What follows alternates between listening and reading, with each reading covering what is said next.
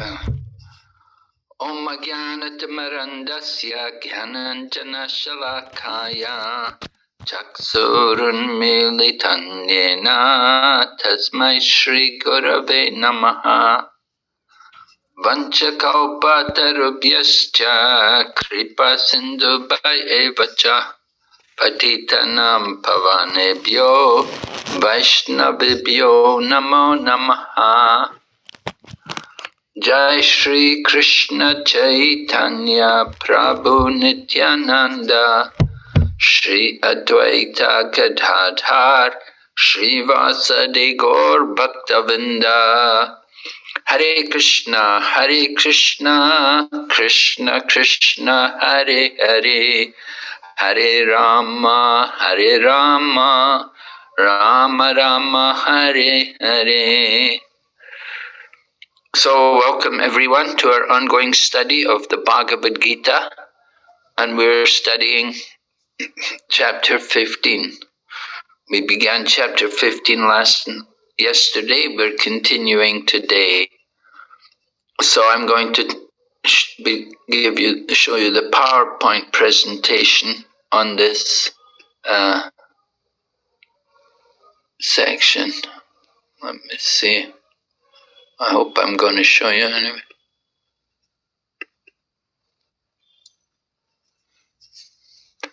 Can everyone see the PowerPoint slides? Yes, Maharaj. Yes, okay. We'll go ahead. Lesson 1, revision.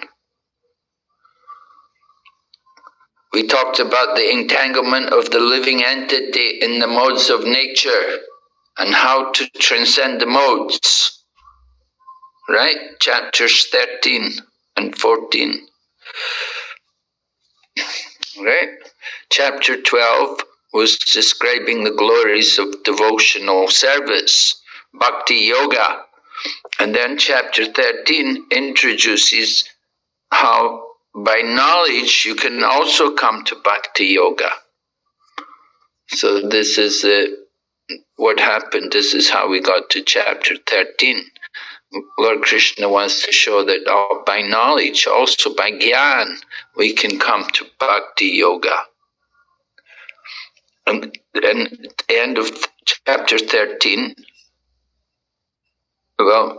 chapter 13, text 22, described how the living entity associates with different modes of nature.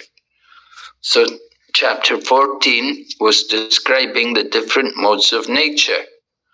And we heard about the different characteristics of each of the modes, and how there's always a struggle for supremacy taking place between the three modes of nature.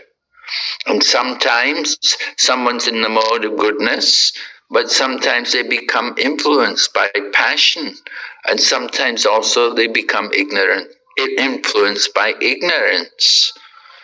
And so long as you're in the modes of nature, you're not very safe, you're not very secure, because we can always be influenced by the lower mode.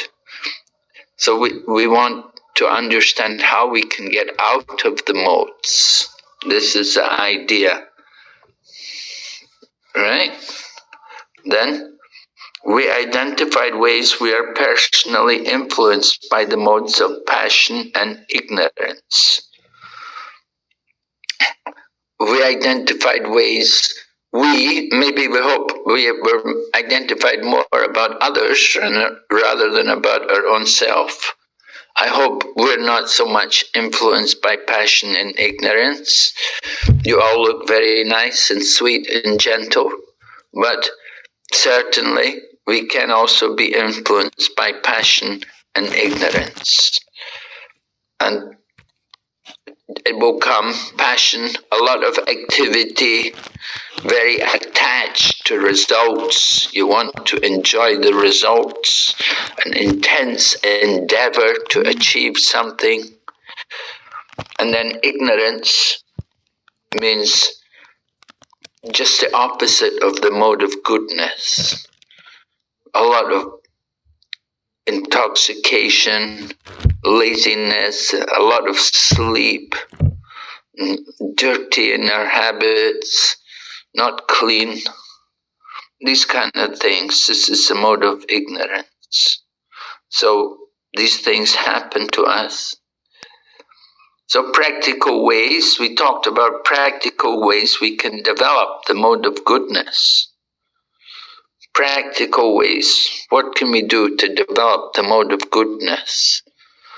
Well, practical things we can do is we can try to make a point of sleeping earlier in the night and waking up earlier in the morning. That's a good thing to do. Try to be up for the Brahma Muhurta. Brahma Muhurta means the auspicious time in the day, which comes 1.5 hours before sunrise. So sunrise usually is about 6 or 6:30 later in the winter time. So 1.5 hours before the sunrise, it's the auspicious time for meditation. It's nice to be awake then. We can develop the mode of goodness. We can try to minimize on our own possessions. We tend to accumulate a lot more things than we actually need.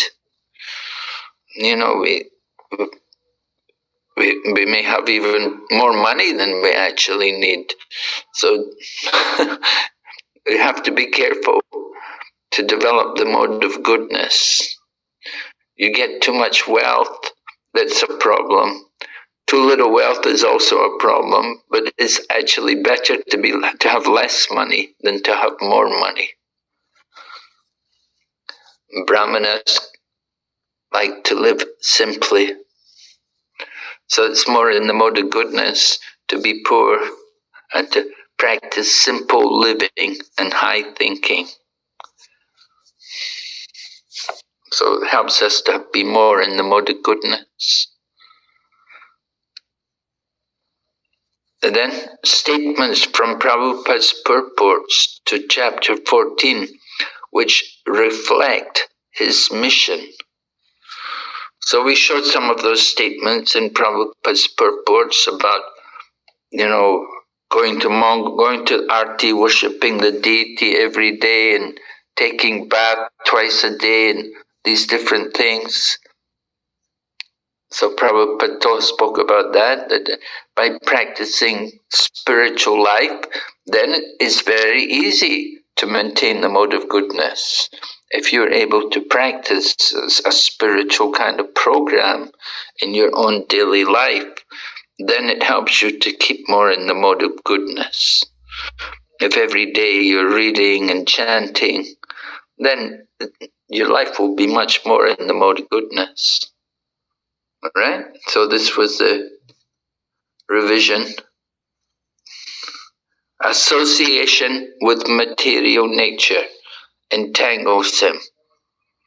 Prabhupada's quoting here, in his constitutional position, a living entity is above the 3 modes of material nature. But association with material nature entangles him in the different modes of material nature, goodness, passion, and ignorance. Due to the association of these 3 modes, his desire to dominate the material world is there. You see, this is a danger, being in the modes of nature.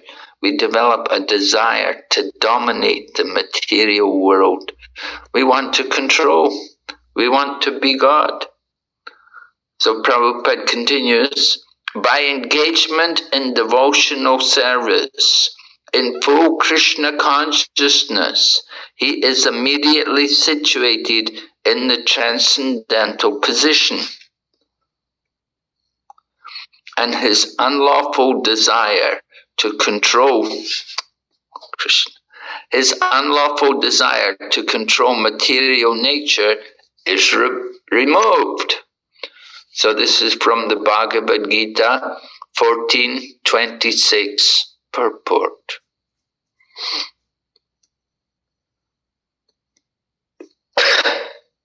So we're going ahead to this chapter 15, which we're on. So this is lesson 2 in this unit. It's called the Banyan Tree and Purushottama Yoga. Purushottama Yoga, of course, is the title of the 15th chapter of the Bhagavad Gita. So the chapter begins with a description of the banyan tree. And those of you who attended the class yesterday will remember the description about the banyan tree, right? Who would like to tell me something about the banyan tree? May I? Yes. Banyan trees is that their roots are upward and branches are downward. And what's the Sanskrit for that? What's the Sanskrit for that? Roots are I upwards. don't know about Sanskrit. You don't remember the Sanskrit? It's important to know these words. Urva Mulam. Urva Mulam. Yes, is what? What's the meaning? Urva Mulam? Roots above. Roots are up, yes. And the other branch? Adashakam. Yes, Adashakam. The branches are down. Right? Okay, tell me something else about the banyan tree. What about the leaves on the tree? They are Vedic hymns. One person. Vedic hymns. Yes, they're the Vedic hymns. And what's the fruit of the tree? Artha, liberation. Karma, Kama, Moksha. Dharma, Artha, Karma, Moksha. Kama, Moksha. Give me the English. Liberation, economical development, sense gratification, sense enjoyment, sense gratification. Religion, dharma, religion. Yes, you should say religion, economic development, then sense gratification, and then liberation, right? In the order. Right? That's the fruit. And how is the tree nourished? What's nourishing the tree? 3 modes of material nature. Yes, the 3 modes of material nature.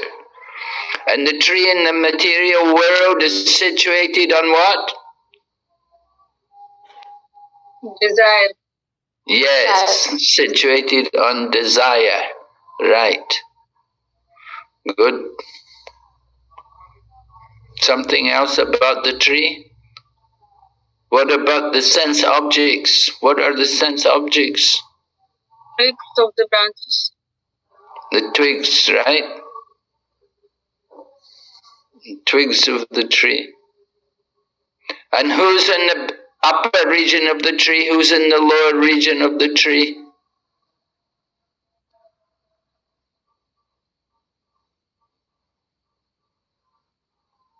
Upper region demigods and Gandharvas.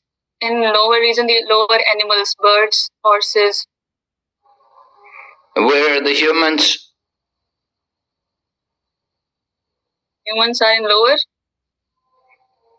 Huh? The humans are where? Lower. Yes, they're all in the lower region. The human beings and the animals and the trees, the dogs and the cats and the cows and the horses, all in the lower region of the tree. And the upper regions, you got the higher beings like the Gandharvas and the demigods and like that. So there's many branches, and we're moving from one branch to the other in this tree. It's very big. How do we get out of the tree? By cutting the attachment, detachment, by detachment. By detachment. Yeah? How? But what's that got? How do you get out of the tree? We're in this banyan tree. How are you going to get out of it? By surrendering. We have to get an axe, right? We have to have an axe and we have to cut the tree. But we have to cut to get out of the tree. So we give the term Asanga Shastrena. Asanga Shastrena. What is the meaning? What is the meaning? by the weapon of detachment. By the weapon of detachment. Yes. Asanga Shastrena. And the weapon of detachment is in the form of the axe to cut down the tree. Then we can get out from that tree. Right? So this is the tree of fruitive work, fruitive actions. We're in this banyan tree, entangled in the material energy. And this tree is like a reflection, right? Where is it? A tree like this with the roots up and the branches down, it's the reflection of the tree. So reflection means there's a real tree. So this material world is like the reflection of the spiritual world. The reflection is not eternal, but the real tree is eternal. So the spiritual world is eternal. The material world is temporary. Doesn't exist for long. And this way we understand the banyan tree, right? Because we have to get detached from the material world and we have to become attached to the spiritual world. We have to become attached to the spiritual world. We have to want to go there. Just like young people, when we're young, we always think about, oh, I'd like to go there. Oh, I'd like to go to that place. Oh, that must be nice there. Right? I'm sure all you young people there, you think like that. Maybe you think, oh, I'd like to go to Vrindavan. Oh, I'd like to go to Mayapur, maybe. Maybe you're thinking like that. Maybe you're thinking, oh, I'd like to go to America even for some reason. I don't know why, but sometimes people, we like to go there. We're fascinated by them. So we should be fascinated by the spiritual world and we should want to go there, right? We should be very attracted to hear more and to find out how to go there to the spiritual world. So Lord Krishna is telling us, and first he's telling us how we have to get out, we have to cut our way out of this tree, this banyan tree. So then, this 15th chapter then goes on to talk about transmigration, about changing from one body to another. Transmigration. This is going on in the banyan tree, moving from different branches in the tree, sometimes going up to the top of the tree, sometimes coming down, but somewhere within that banyan tree. Transmigration. Right? We've had many lives. We've all had many, many lives, but we don't remember. Just like sometimes people would ask Srila Prabhupada, they say, Swamiji, how old are you? And then Prabhupada would say to them, I am the same age as you. And they would be shocked. They would say, what? No, you're an elderly man. You're not the same age as me. And Prabhupada said, I am a soul, and you are also a soul. Right? So, when I was a young man, you were all in another body. You had not been born, you were not yet born, or you were away in a different place, in a different body. Now you've come in this particular body. Transmigration. We have been moving from one body to another. Right? In the Bhagavad Gita, you remember how Krishna explained to Arjuna? Lord Krishna was telling the history of the Bhagavad Gita. Right? You know, remember this? In the Bhagavad Gita, which chapter did Krishna tell the history of the Bhagavad Gita? 4. Yes, 4th chapter. You know the verse? Evam parampara praptam.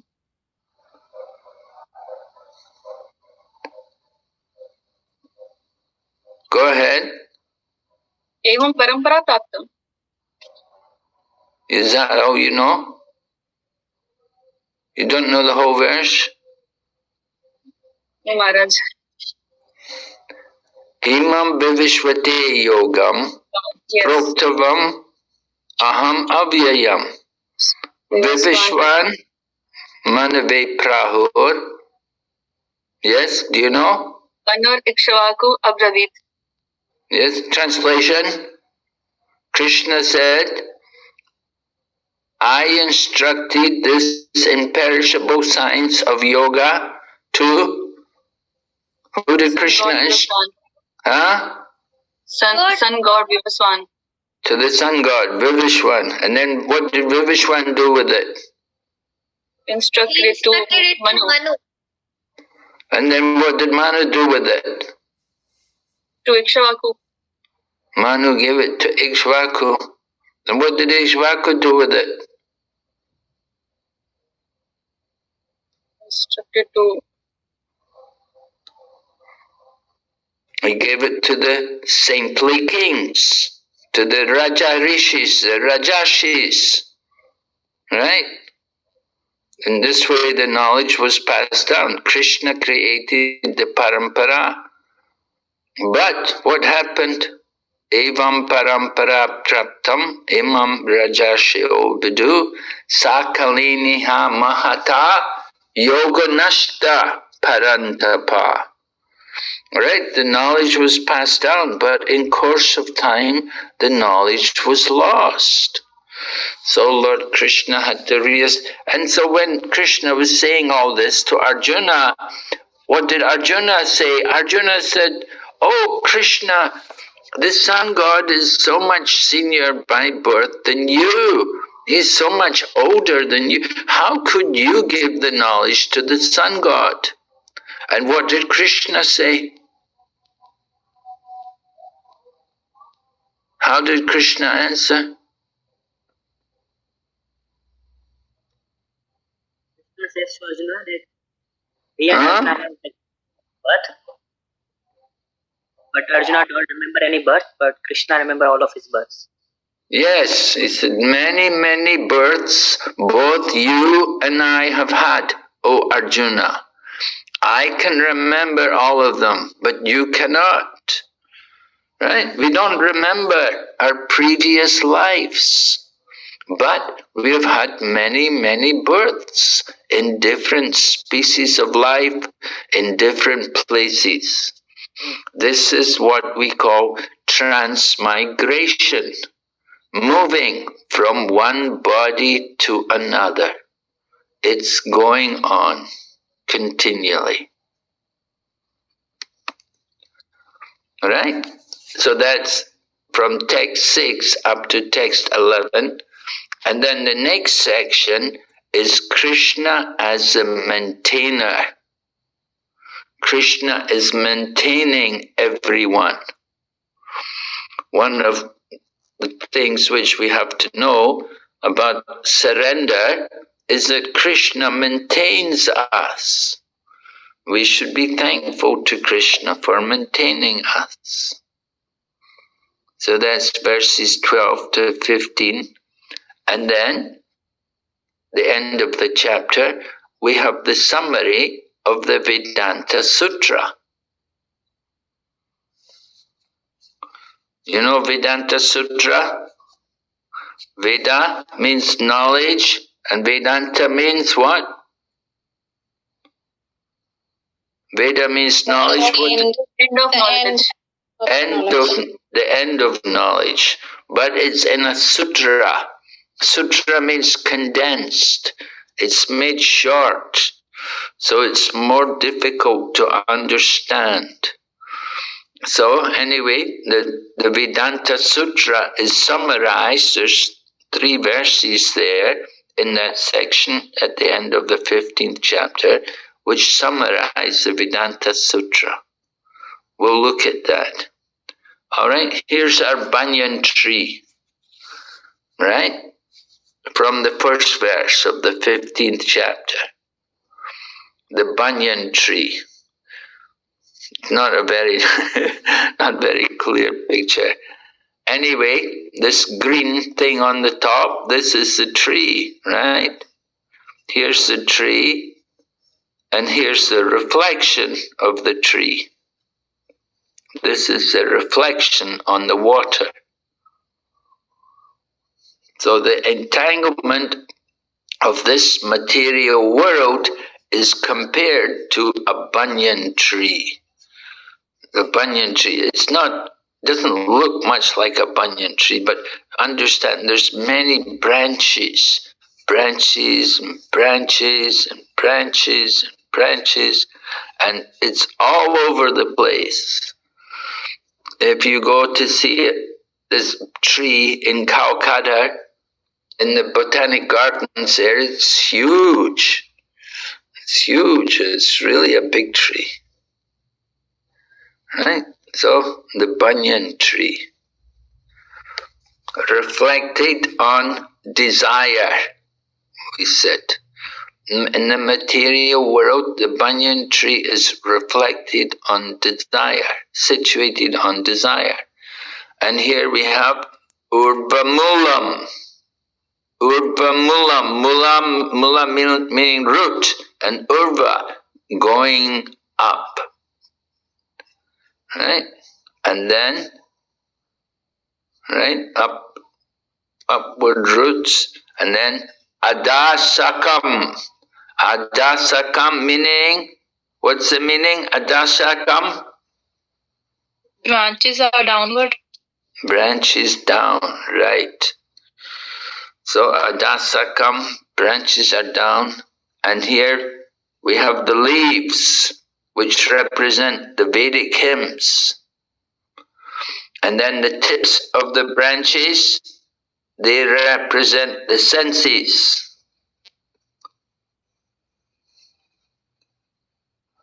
And here the twigs represent sense objects. So the tips of the branches are the senses, the 5 senses, and the twigs are the sense objects. And here's the fruits. The fruits are Dharma, Artha, Kama, and Moksha, or religion, economic development, sense gratification, and liberation. And here's how we get out.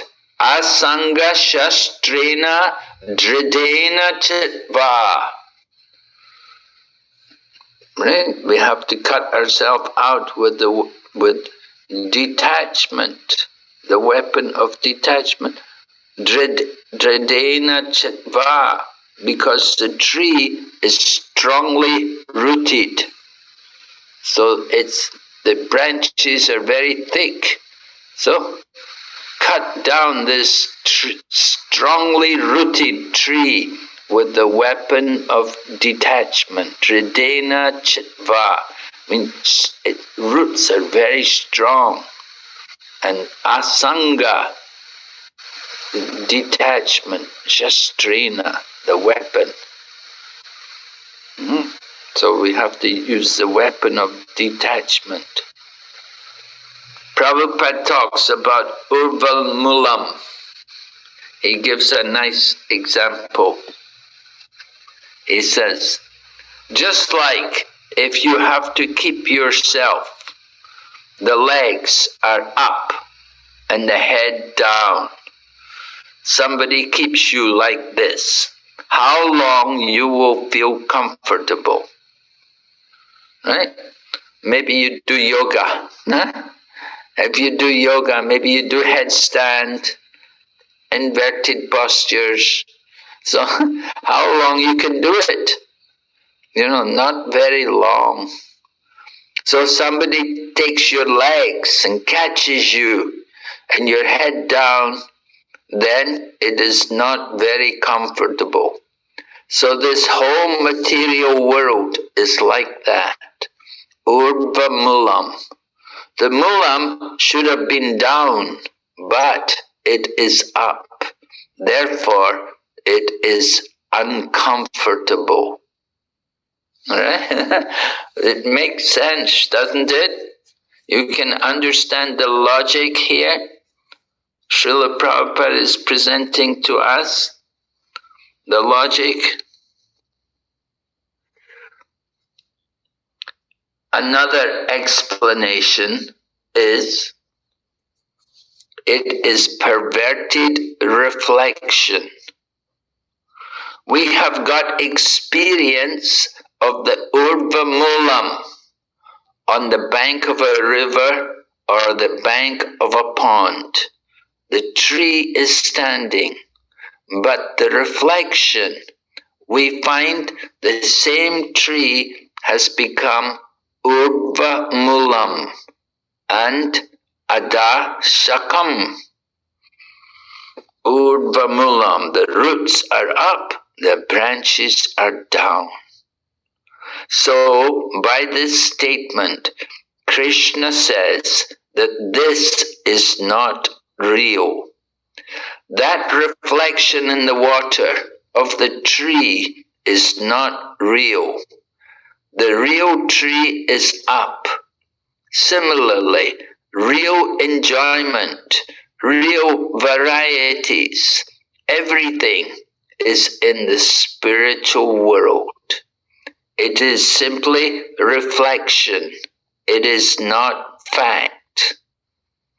Therefore, our enjoyment here is called Maya or illusion.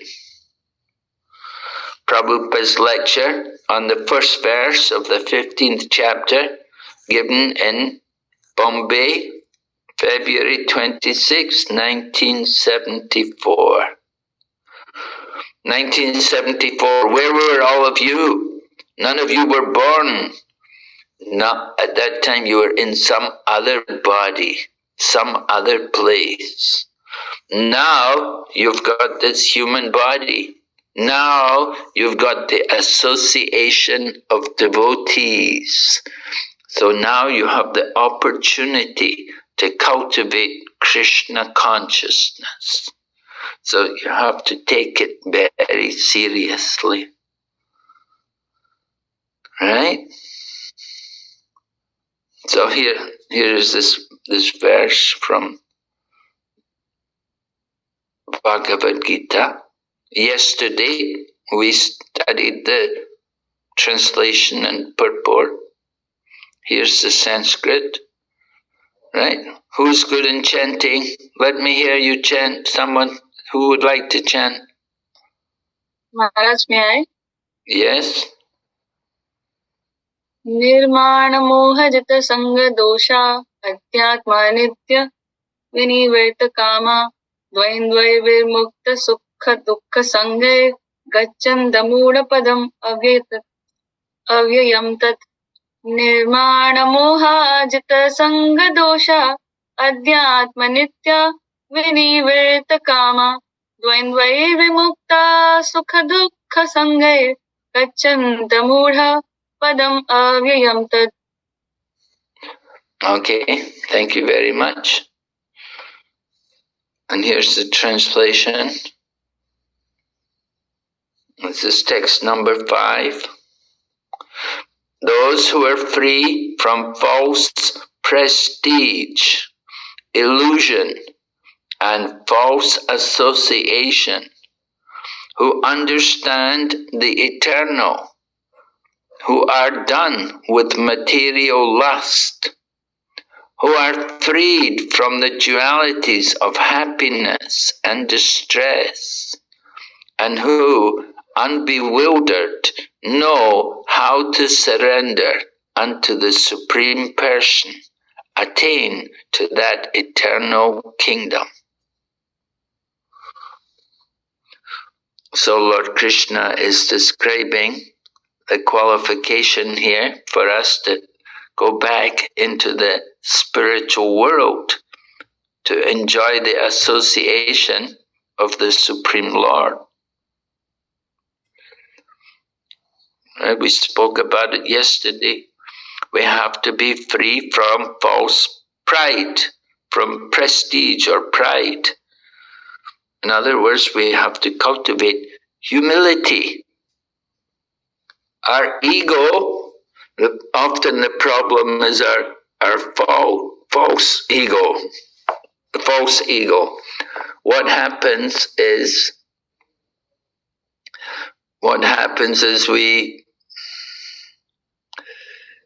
our ego is in proportion to our body. You know, someone's thinking, I am the body. They're thinking, I'm young and I'm good looking and I'm educated. And, you know, we're thinking all these things. And in this way, we have a lot of false ego. It's all these things are temporary. Like, we're not young for very long. And our education is limited. How much do we know? And all these different features of the material body, they're all temporary because the body's temporary. But we're very proud of them. So we have to give up that attachment to the material body and to the material energy. This is what's mentioned here. Illusion and false association. False association. We think, well, I'm born in a high-class family. I'm from a rich family. Or I'm educated. I'm cultured. Like this. This is a false ego. And, you know, we think, I'm so big, I'm this size, maybe, how tall are you? Maybe 1 meter 80, 180 or something, or 2 meters or something. I'm like that. And our ego is in proportion to our physical dimension. But our ego should be on the spiritual platform. And what is our spiritual dimension? Does anyone know? What is our spiritual dimension?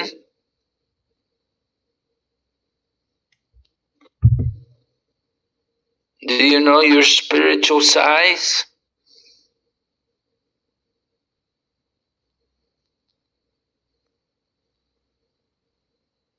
I'm sure you know. Size of the soul, Maharaj? Yes. It's like 100 cut of the tip of a hair. Is it 100 or what? No, 1,000. 10,000. 10,000. 10,000. Yes. It's 10,000. Yeah, 10,000. Yes, it's 100 of 100 of a tip of the hair. Right? It's the tip of the hair divided into 100, and then you take one part, and then you divide it into 100 again. So it's 10,000, 1/10,000th of the tip of the hair. So that's our spiritual dimension. So Lord Chaitanya speaks about our spiritual dimension in the Shikshastikam prayers, right? Think of ourselves lower than the straw in the street. We should be more tolerant than the tree and think of ourselves lower than a straw in the street. So why? Because we're spirit souls. We're tiny souls, 1/10,000 of the tip of the hair. And our ego should be in proportion to that. The true ego is to think, I am the servant of Krishna. But the false ego, we're thinking, I am the doer. I am the enjoyer. We're thinking, I am doing everything. So this is the ignorance. This is the false association. This is the illusion. We have to get rid of all these things in order to go to the eternal kingdom. Right? So asanga shastrena dedrena chitva. Asanga shastrena meaning the weapon to create detachment. And dredena chitva means strongly rooted, that tree of the material energies. You know, our conditioning is very deep, very strong, because we've been in the material world for many lifetimes. So to get out of the entanglement of this strong banyan tree of material life, one must surrender to Krishna. As soon as one surrenders unto Krishna, one becomes detached automatically from this material extension. This is from verses 3 and 4 in the 15th chapter. Right? As soon as we surrender, then we can become detached from this. But surrender is not such an easy thing. We're learning. Okay, we'll go ahead to the next verse here. Right? Who's going to chant this verse for us? Let's hear someone else.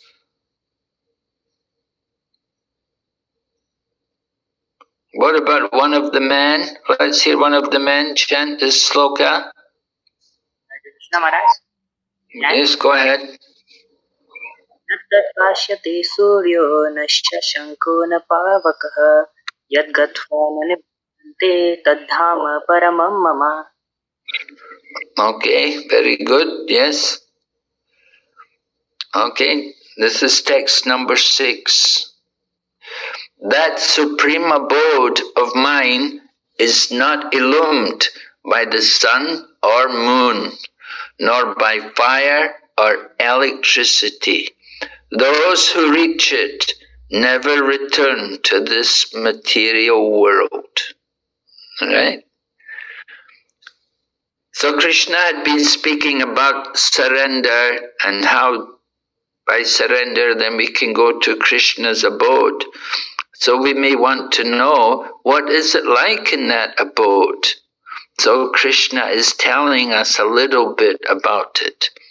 In the Bhagavad Gita, Krishna doesn't speak too much. In the 8th chapter, there was one verse. In the 8th chapter, verse 20, and here in 15th chapter, verse 6, you have another verse. So there's only 2 verses about the spiritual world in the whole Bhagavad Gita. You want to know more about the spiritual world? You have to read Srimad Bhagavatam. Anyway, Krishna is telling us something about his abode, the spiritual world. And he's also telling us that once you go there, you don't have to come back. Because Arjuna may be thinking, or we may be thinking, well, how long can we go there for? How long can we stay there for?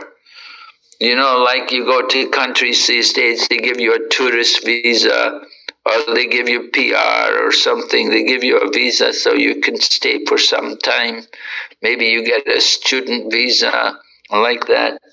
But here, you go to the spiritual world, you go to Krishna's abode. Those who reach it never return to this material world.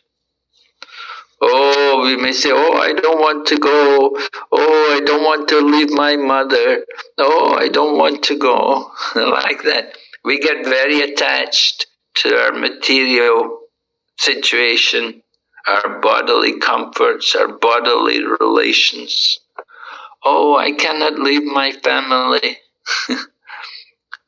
It's all right. You can take them with you. You can take them with you to the spiritual world. So Prabhupada, talking about this here, Prabhupada said, why should you pay the electric bill? Right? You get a big electric bill.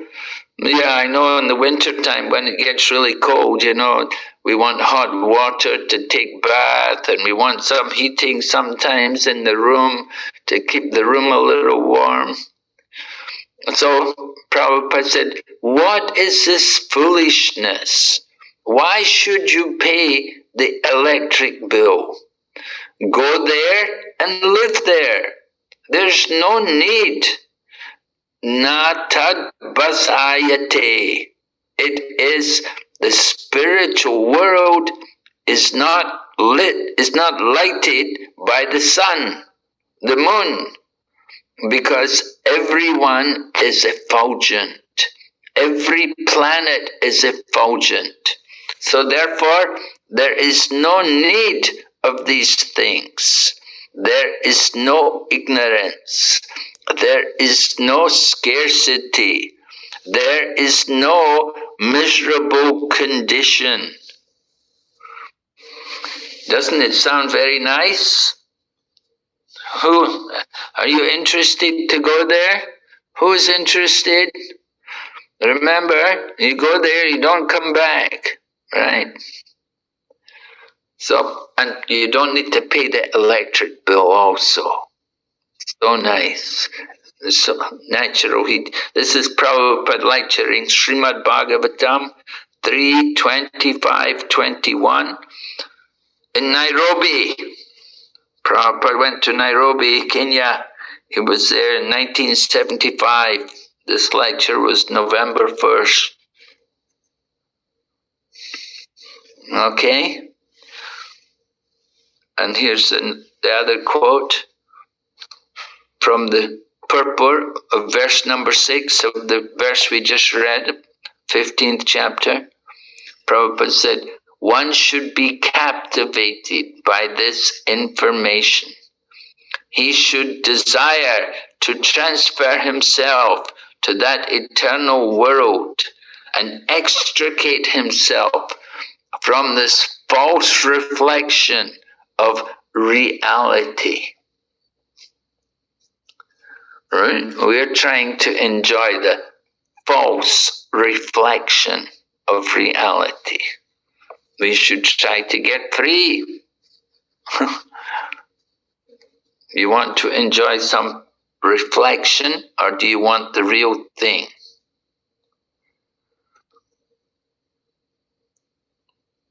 Going ahead, this is text number 8. The living entity in the material world carries his different conceptions of life from one body to another, as the air carries aromas. Thus he takes one kind of body and again takes another.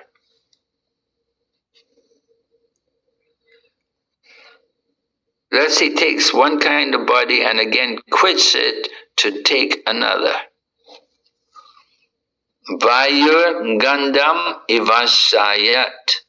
I mean, just like the air carries aromas, the vayu, the air is carrying different conception. So the same way, the soul leaves the body and it carries some conception, some ideas, some desires.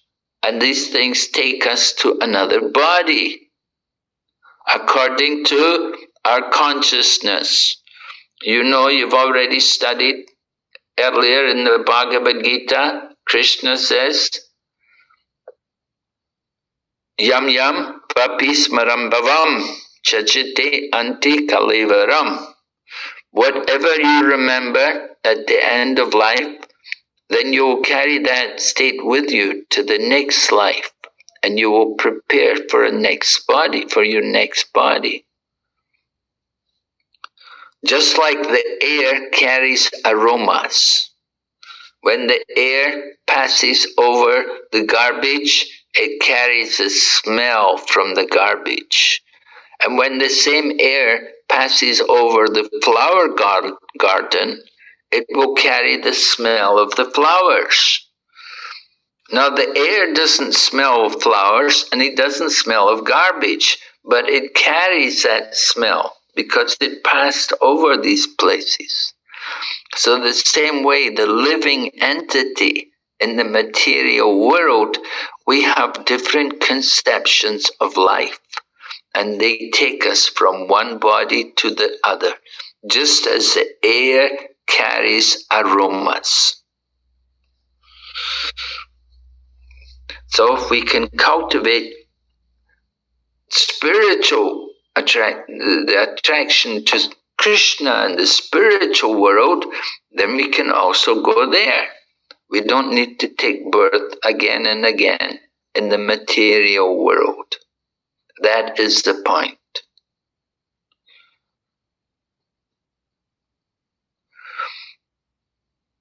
Okay, so here you can see the illustration. The six senses. The living entity is struggling very hard with the six senses, including the mind, grouped around the mind. So you can see the knowledge acquiring senses, the karmindriyas, as they're called. So the eye, the ear, the nose, the tongue, and the sense of touch. The senses are all grouped around the mind. Higher than the senses is the mind, and higher than the mind is intelligence. And intelligence is seated next to the soul.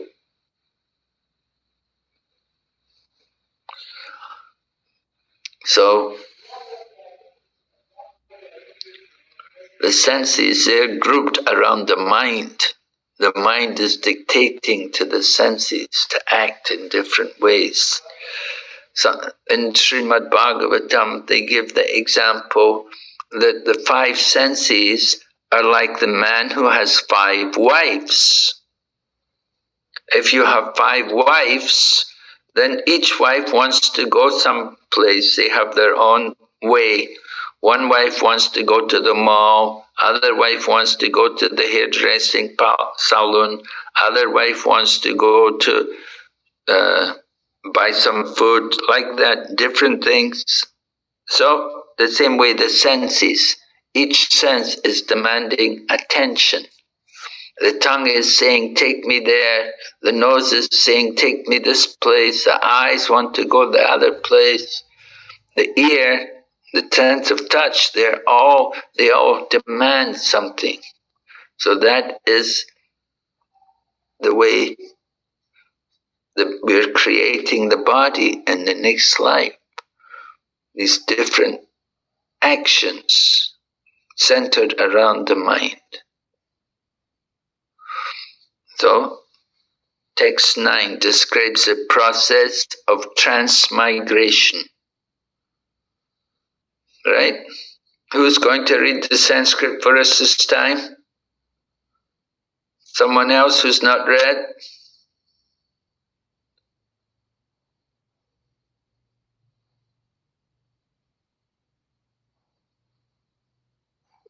Maharaj, may I? Yes. Srotram chakshusprshanam cha rasanam grahanam eva cha adhisthaya manaschayam vishayan upasevate. Sevate. The living entity, thus taking another gross body, obtains a certain type of ear, eye, tongue, nose, and sense of touch, which are grouped about the mind. He thus enjoys a particular set of sense objects. Bhagavad Gita 15.9. Thank you very much. Yes. So this is how we're enjoying in the body with these different senses and sense objects. It's all grouped about the mind. It's causing us to take another body. We give up one gross body, we take another. The subtle body carries us to the next body.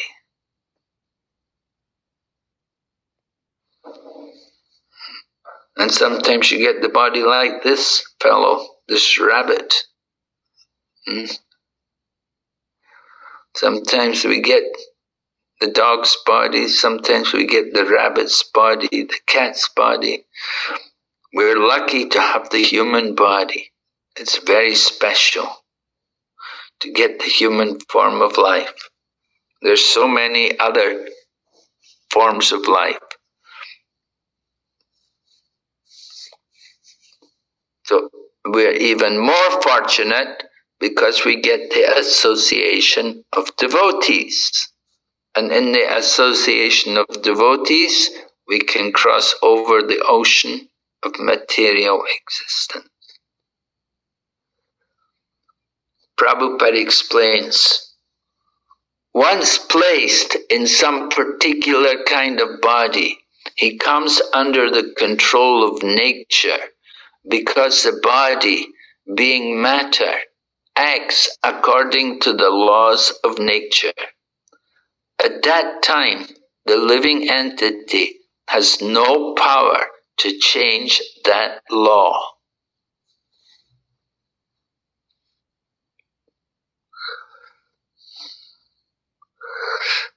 Yeah, now we're in the human body, but we can get put into some other kind of body.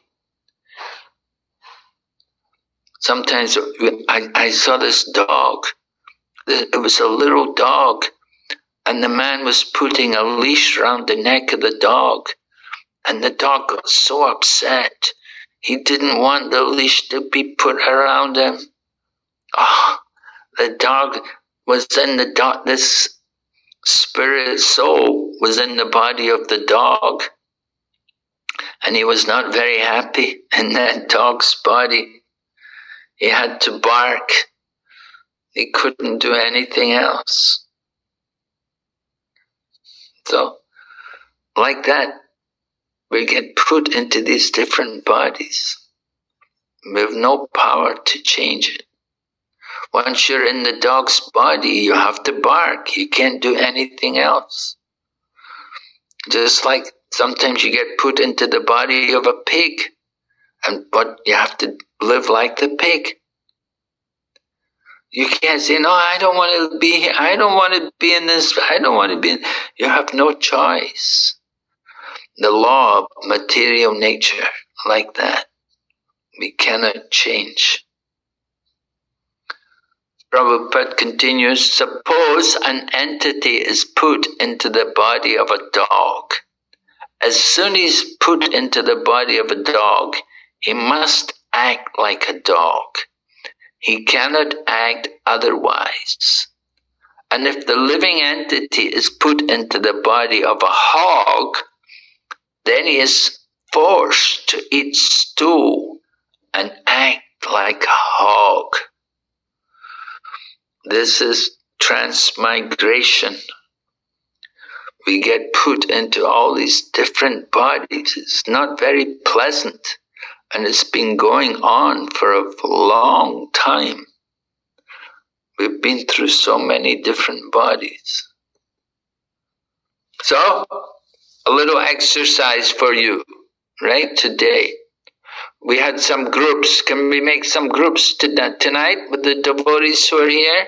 How many are here, Prabhu?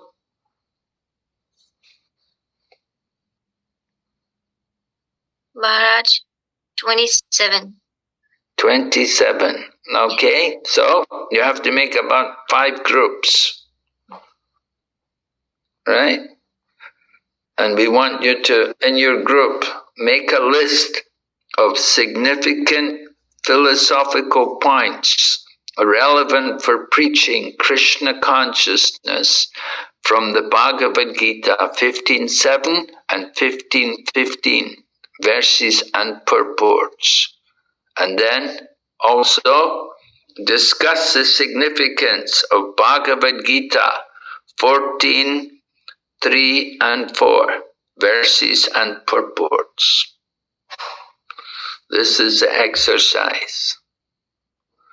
All right. So we'll give you. How much time do you need? 15 minutes. Okay. We expect a good response. Give you a long time. So share the workout.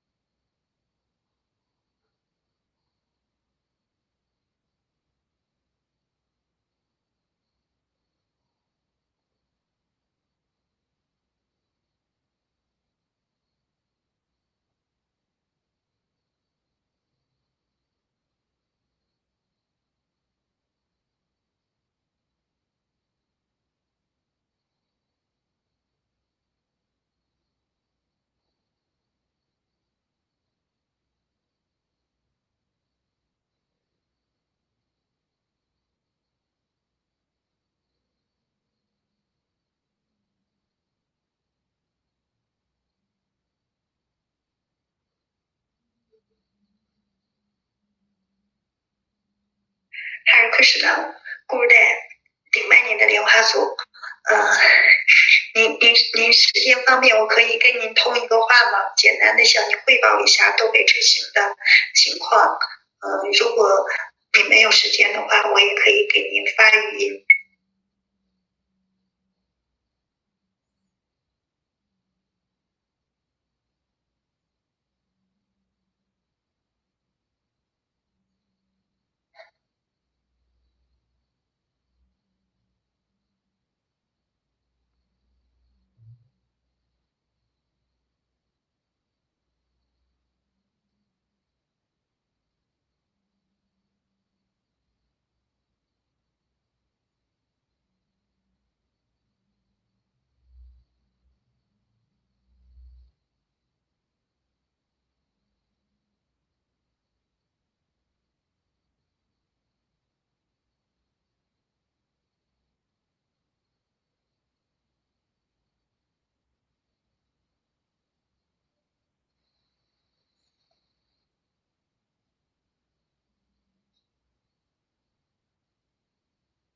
Hare Krishna. Krishna Priya Mataji, please send it again. I'm still here. I haven't joined.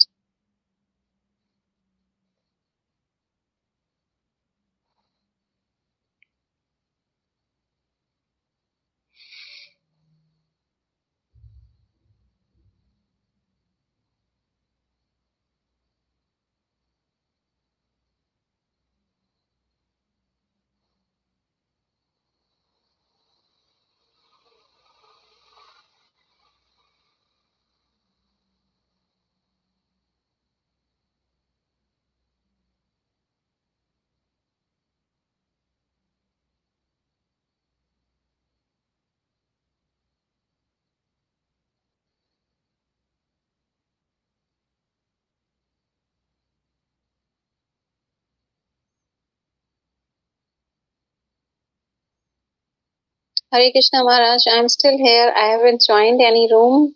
Can you please send me again? Can we what? Can you please send me again to go to the room? Okay. Sorry. Acha, okay, thank you. Bye.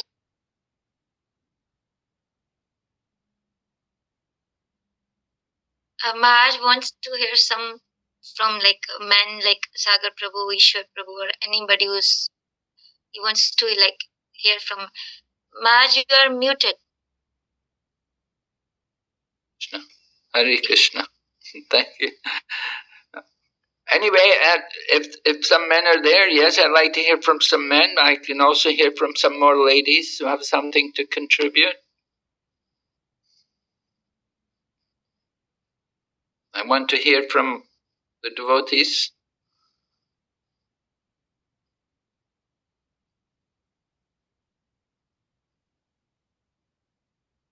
Yes? Hi Krishna Maharaj, this is my humble obeisances. Hare Krishna. Maharaj, I am going to talk about chapter 14, shloka number 3 and 4. Yes? So in shloka number 4, Krishna says, Aham bija pradapati. Krishna says, I am the seed-giving father of everything, and everything comes from him, and he is the seed of everything. And in 33 shloka, like, Krishna talks about the 24 elements and all the things from which the product develops. Like where he gives an example of a scorpion. A scorpion lays its egg in piles of rice. It doesn't mean that the egg of a scorpion is coming from a rice. It's coming from a scorpion's wife or mother. So in this material world, everything comes from the material person. So it doesn't mean that species or human is the father of that thing. But in reality, everything coming from Krishna, and Krishna is the father of everything. That's Okay. Very basic, clear. Okay, thank you, Prahlad. Right? Any other men want to speak on something else?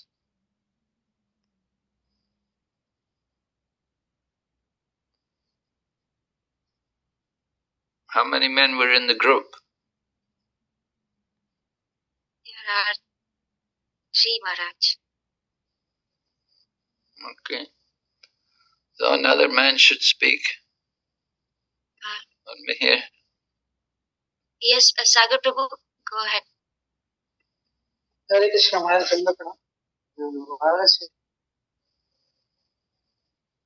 Hare Krishna. Yeah, go ahead.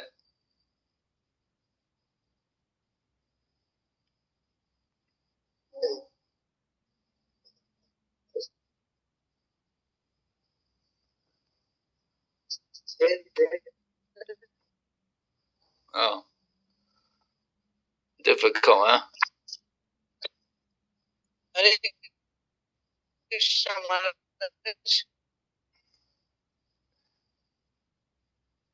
I think he's having internet issues, Maharaj. Yeah, voice is breaking. Yeah. Okay, let's hear somebody else. Some other ladies are there.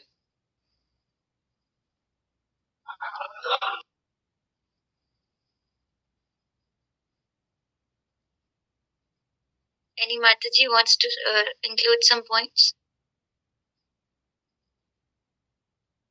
In the text of 14.3 or 14.4, we can add a one point that there is a divine relationship between all living entities and Lord, because Lord is the original father of all living entities. This is a point we can add.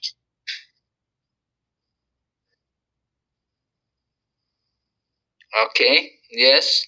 Lord is the father of everyone. So we should have universal brotherhood, right? My brother pig, my brother dog. Oh, they have to be my brother.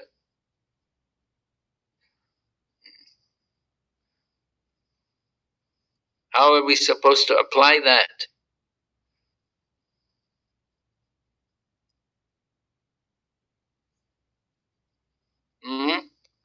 You're telling me the dog and the pig are my brothers. So how do I put that into Krishna consciousness? Like they are all souls. So yes. There's a soul connection. Soul and soul is brotherhood of other soul.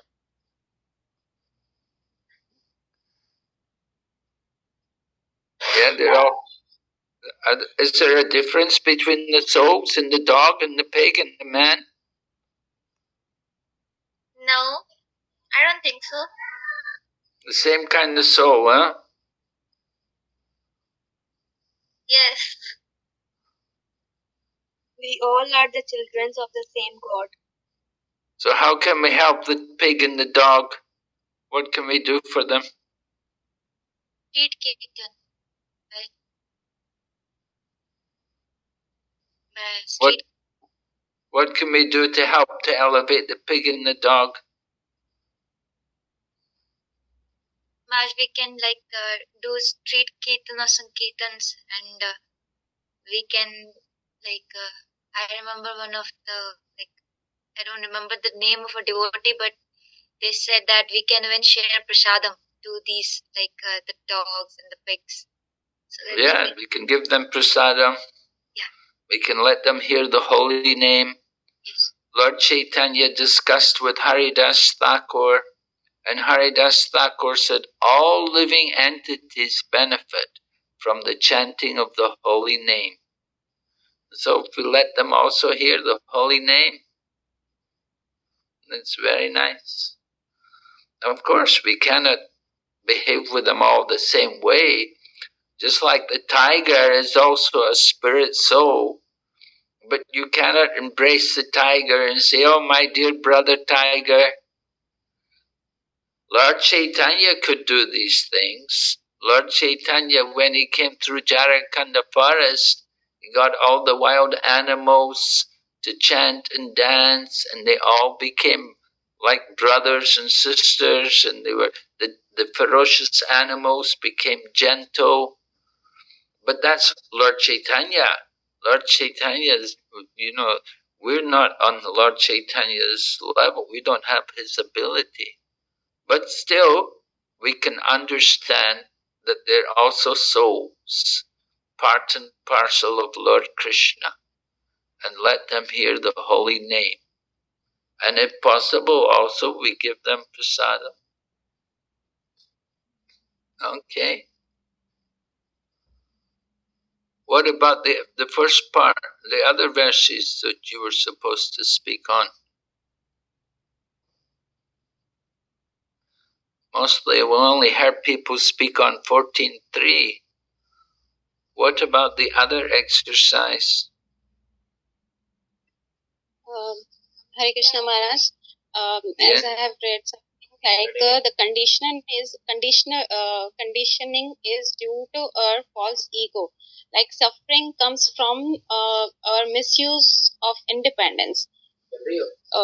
As we think that when we think we are the lord of this material world, or we have the false ego of like this, so we become conditioned, and we are the eternal part and parcel of the Lord. We can become liberated by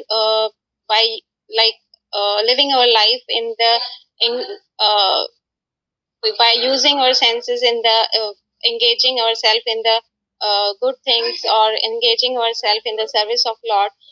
This is the good way of living the life, and suffering comes from our false ego. This is the point I have understood. Okay. Yeah, our false ego, right? False ego. We're thinking, what are we thinking? We're thinking we're the controller. We're the doer. The controller. We think that we are the lord of this material things, and all things belongs to me. But actually, everything emanates from the God.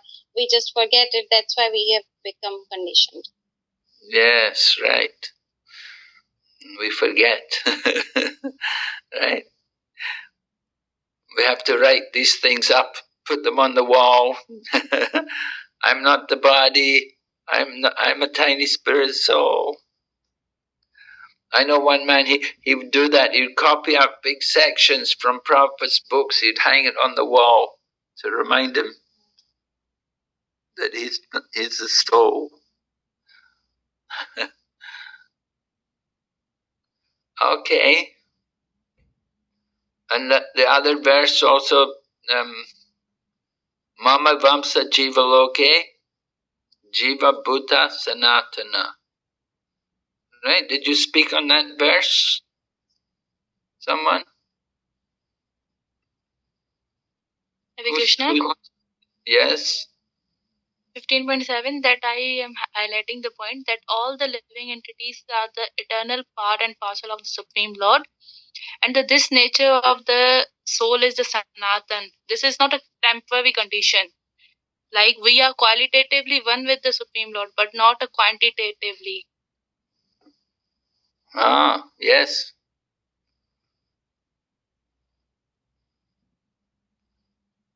So the verse says, we're struggling very hard, right? Mehak, are you there? Yes, yes. What does the verse say? Read the verse, the full verse. Maharaj, I don't know about that Sanskrit. Can I read the translation? Yeah, I just want to hear the translation. The living entities in this conditioned world are my eternal fragmental parts. Due to conditioned life, they are struggling very hard with the six senses, which includes the mind. Right. We're struggling very hard. Why are we struggling very hard with the mind and the senses? What's the problem?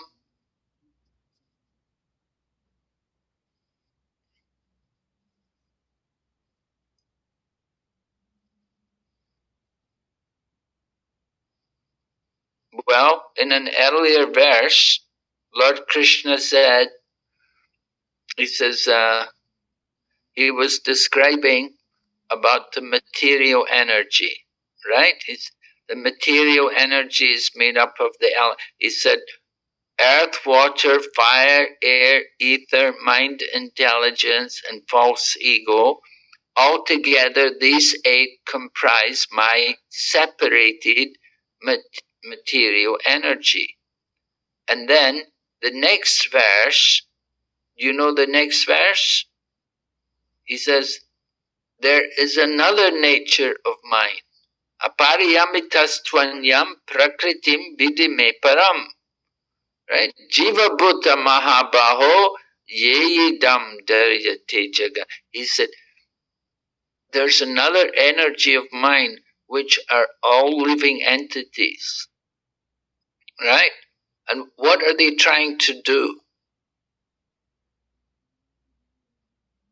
Do you know this verse in Bhagavad Gita? Where is this verse? Earth, where Krishna is describing the elements of the material nature? Chapter 7.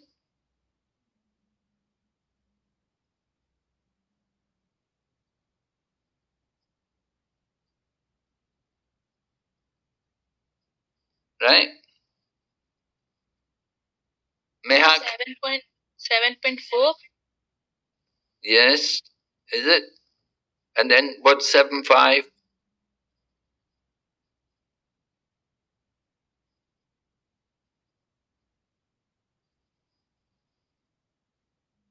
Can you read the English for us? 7.5. 7.5. Apare yamitas तस्त्वत्यां प्रकृतिं विद्धि मे परां जीवभूतान् महाबाहो ययेदं धार्यत्. Translation?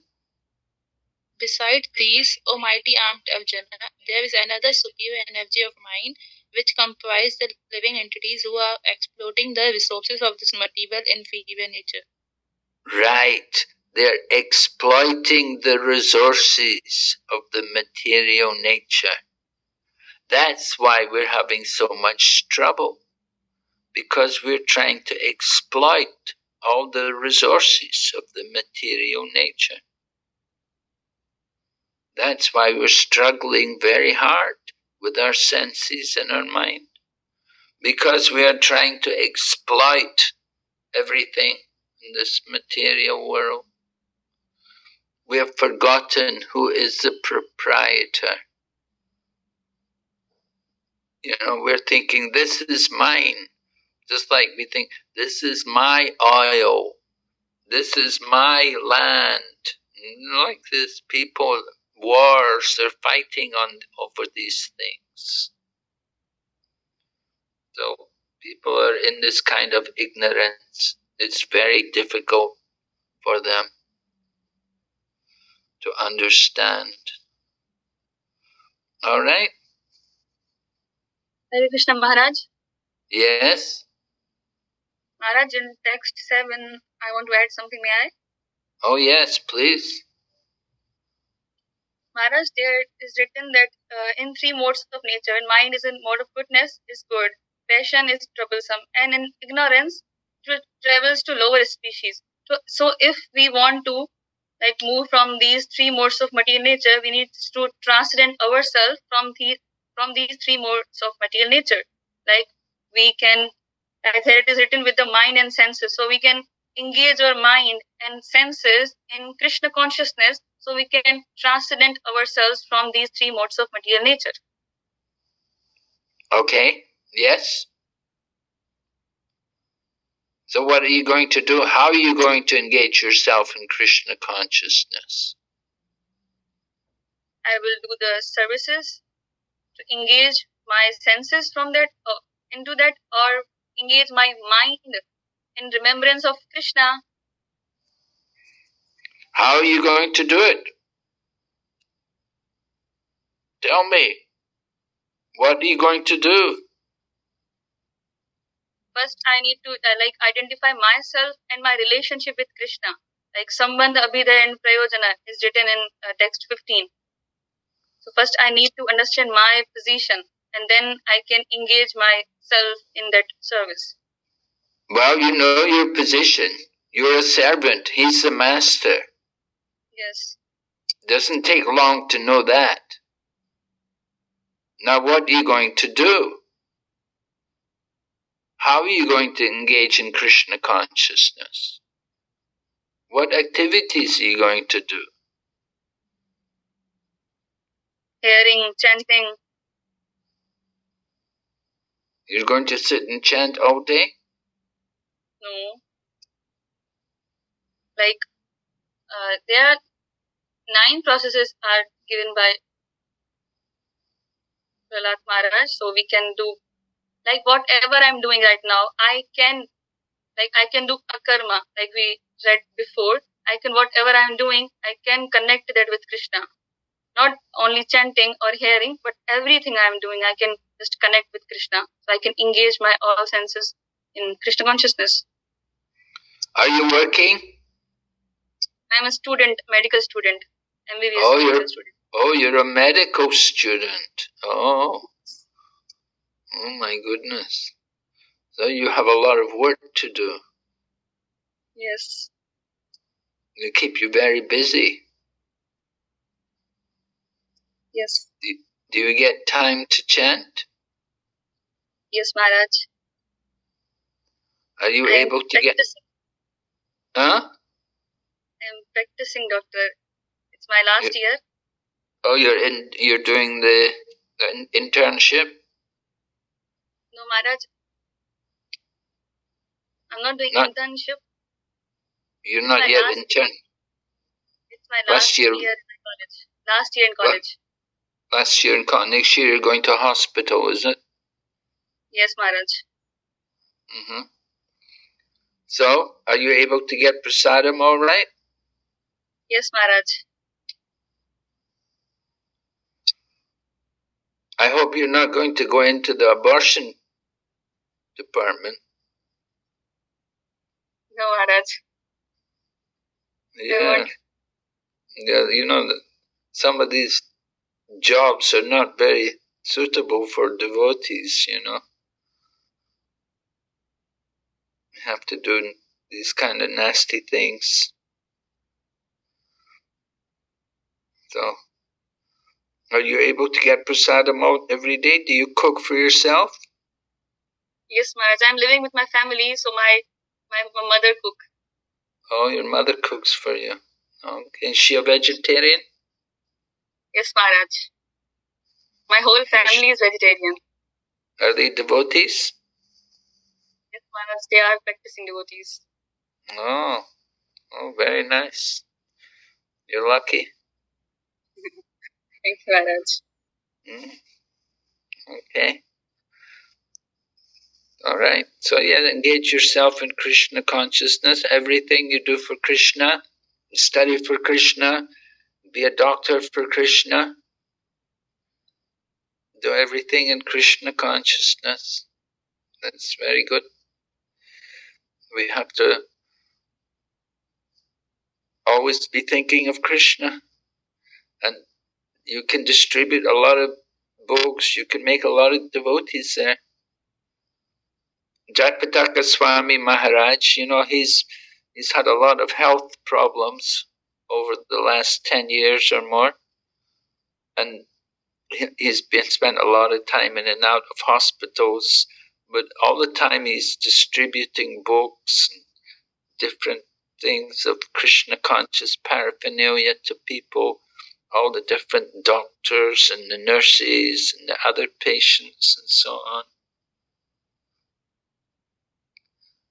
So we hope you can also try to distribute Krishna consciousness in your career.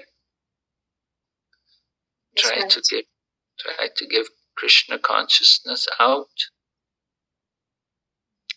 It's very important for us to distribute the message of Krishna. Don't just keep the knowledge for ourselves. You know, the Prabhupada gives the example about if you keep water in a clay pot. I remember when I first came to India, everything was kept in clay pots. We didn't have refrigerators at that time. It's not so common to have a refrigerator. And people would keep the water cool. They'd keep it in a clay pot. But the clay pot is porous. And the water, if you keep it in the clay pot, the water gradually evaporates.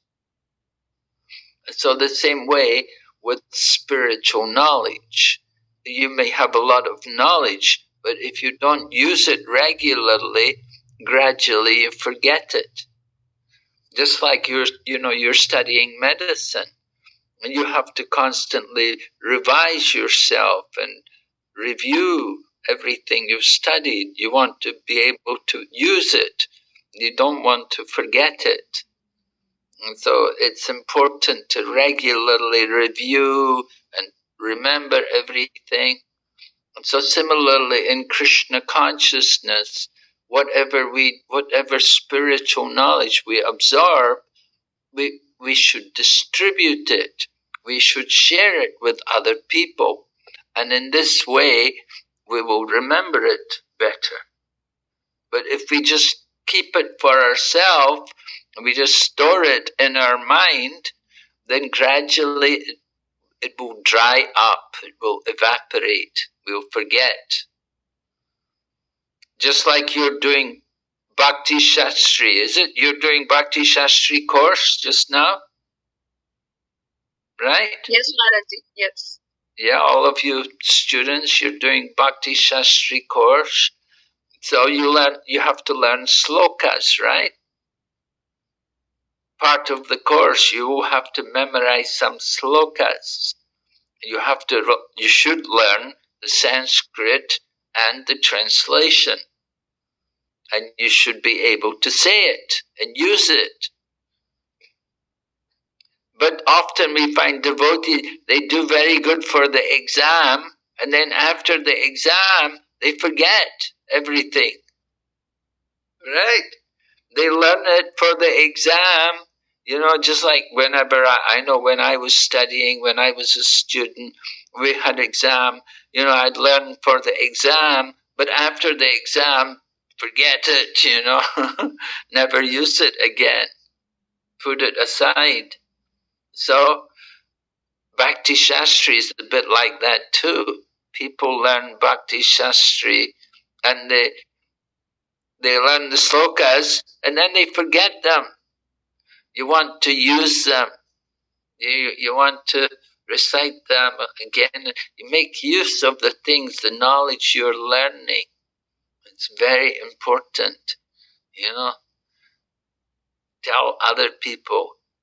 Dihinosmin yata dehe komara. Like that, sing some songs and say, oh, what is this? What do you say?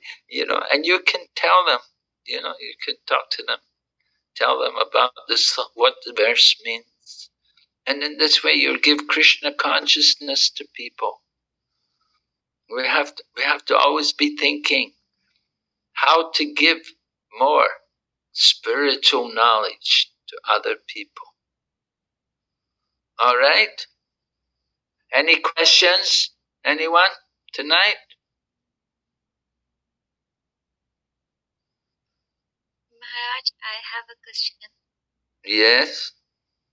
Maharaj, I just want to understand how, in a subtle way, we understand that we are not this body, we are soul. Like, it may sound funny.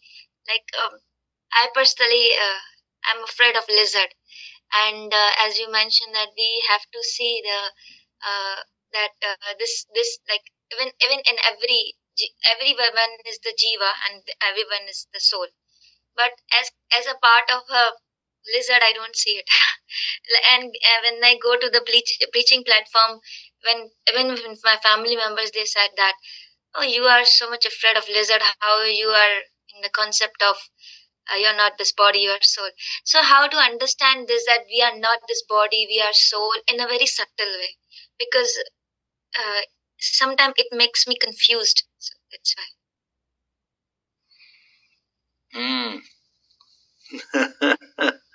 Yes, well, how to understand?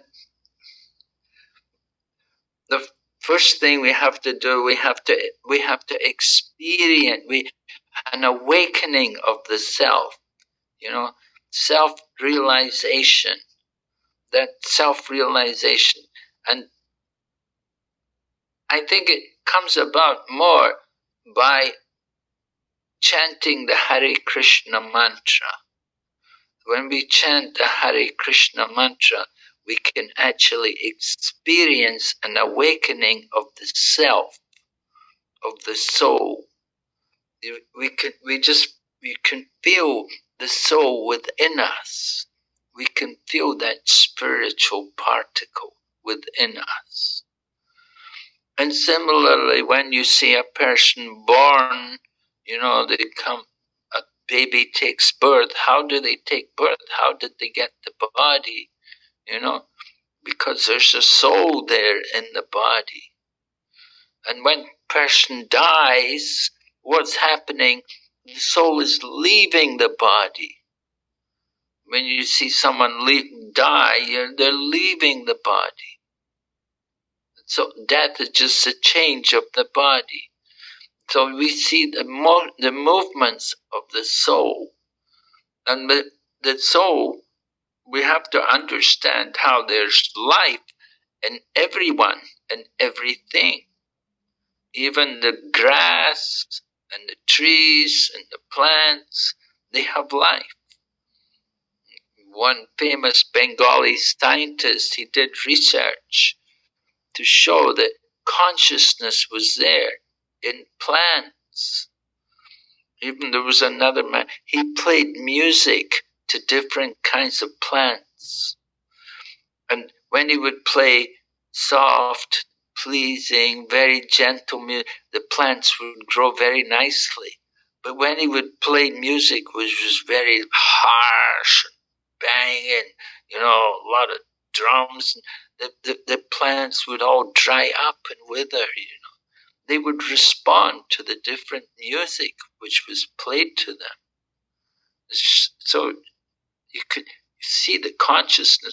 And there was another lady, she was growing her vegetables, and she would talk to the vegetables. And the vegetables, she would grow these big vegetables because she was talking to them. And the plants were, they had consciousness. They could feel that this person really cares for us. And the plants grew so nicely. So in this way, we can understand so many ways how there's souls there in everything. But of course, some things like lizards, snakes, scorpions, they're not very pleasant, And definitely, we understand, that these are souls which are put into these kind of bodies, you see. It's that body, that's a kind of punishment for these souls. So they're put into that kind of body.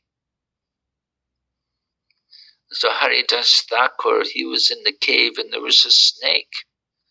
And it was, we go to this place actually. It's not far away from Mayapur, where Haridas Thakur had the snake was there. And people were afraid to come because they could smell the snake. And they knew there was a big snake there.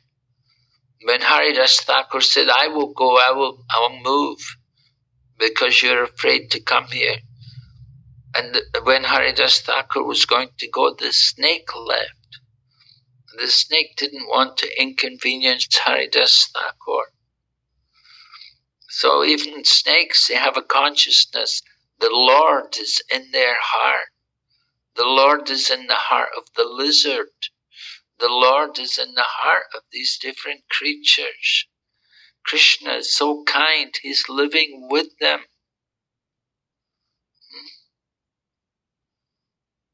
But, of course, these souls, they're in an unpleasant situation. And Krishna says in the Bhagavad Gita, they have to take birth in these kind of bodies again and again until they change in there. But so long as they're, like, you get these dogs, some dogs are very nasty, they really hate people, and they say the snake is envious of people because the snake doesn't have any legs, and he sees people with legs, so they're envious of people with legs. So you have to be careful. But we should understand Krishna's everywhere, and he's in the heart of everyone. And if we're Krishna, the more we have to train we have to develop that consciousness to feel Krishna's there with these living entities. The living entities there in that body, but he's not alone. And Lord Krishna's with them. And so we have to also pray to Krishna and honor Krishna, give respect to them. my dear flower, my dear tree, my dear lizard, please chant Hare Krishna mantra. Right? Hear the holy name. My dear lizard, unfortunately you cannot chant the holy name, but at least you can hear the holy name. And we have to encourage, try to give Krishna consciousness everywhere, to everyone. So we have to develop that consciousness, that vision, just like we have to see all living entities equally. So it's practice, it takes practice. And then we have to always train our mind. Our conditioning is, your conditioning is you don't like lizards. Maybe as a small child, maybe you had some fear of them. Yeah, it's natural, but that's his conditioning, right? You have to come up to the liberated platform. Don't remain conditioned, right? Become a liberated soul. Body, mind, and words in the service of Krishna. So see Krishna, right? In Bhagavad Gita, Krishna said, for one who sees me everywhere and sees everything in me, I am never lost to him. He is never lost to me. So we have to come to that higher platform to see Krishna everywhere, in everything, in everyone, even in the lizards. My dear lizard friend, Hare Krishna. Okay. Thank you so much, Maharaj. Thank you. Hare Krishna.